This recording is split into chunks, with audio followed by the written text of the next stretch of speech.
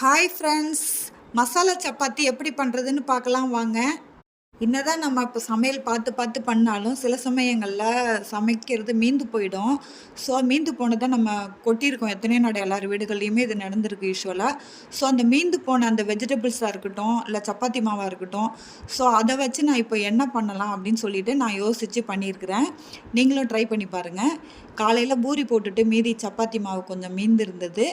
மதியம் உருளைக்கிழங்கு வறுவல் பண்ணியிருந்தேன், மசாலா வறுவல். ஸோ அதுவும் மீந்து இருந்தது. ஸோ அதை வச்சு நைட்டுக்கு என்ன பண்ணலாம், இது பசங்களுக்கு எப்படி ஹெல்த்தியான ஃபுட்டு உருளைக்கிழங்கு மசியல். பட் இருந்தாலும் அதை நம்ம எப்படி குழந்தைங்களுக்கு கொடுக்கலாம் அப்படின்னு சொல்லிட்டு யோசித்து பார்த்ததில் அந்த சப்பாத்தி மாவு அப்படியே போட்டு இந்த ஸ்டஃப்பை அப்படியே உள்ளே வச்சு இந்த மாதிரி நான் பதத்தில் பண்ணினேன்.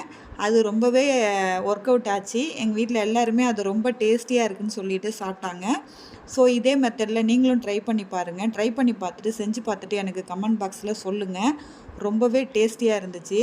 இப்போ உருளைக்கிழங்கு மசாலாவாக இருக்கட்டும், இல்லை வெஜிடபிள்ஸ் நீங்கள் செஞ்சது எதுவாக இருந்தாலும் நீங்கள் இந்த மெத்தடில் நீங்கள் நைட்டு குழந்தைங்களுக்கு அதை சூடு பண்ணி கொடுக்கக்குள்ள ரொம்பவே ஃப்ரெஷ்ஷாக பண்ண மாதிரி அவங்க நினச்சி சாப்பிட்ருவாங்க. ஸோ உங்களுக்கு அந்த வெஜிடபிள்ஸ் மீந்து போச்சு அப்படின்ற டென்ஷனே இல்லாமல் நீங்கள் அழகாக இதை குழந்தைங்களுக்கு கொடுக்கலாம். குழந்தைங்கள நம்மளும் சாப்பிடலாம். ஸோ நீங்களும் இது மீந்து போயினதை கொட்டாமல் வேஸ்ட் பண்ணாமல் இதை ஹெல்த்தியாக நீங்கள் அதை உருவாக்கி ஃப்ரெஷ்ஷாகவும் சூடாகவும் நீங்கள் கொடுக்கக்குள்ள அது நீங்கள் புதுசாக இப்போ தான் பண்ண போலையே எல்லாருமே சாப்பிடுவாங்க.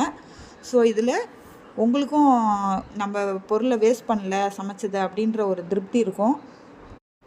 இங்கே பாருங்கள், பார்க்கும்போதே நம்ம உடனே சாப்பிடணும் போலையே இருக்குது. ஸோ நீங்களும் ட்ரை பண்ணி பாருங்கள், ஓகேவா?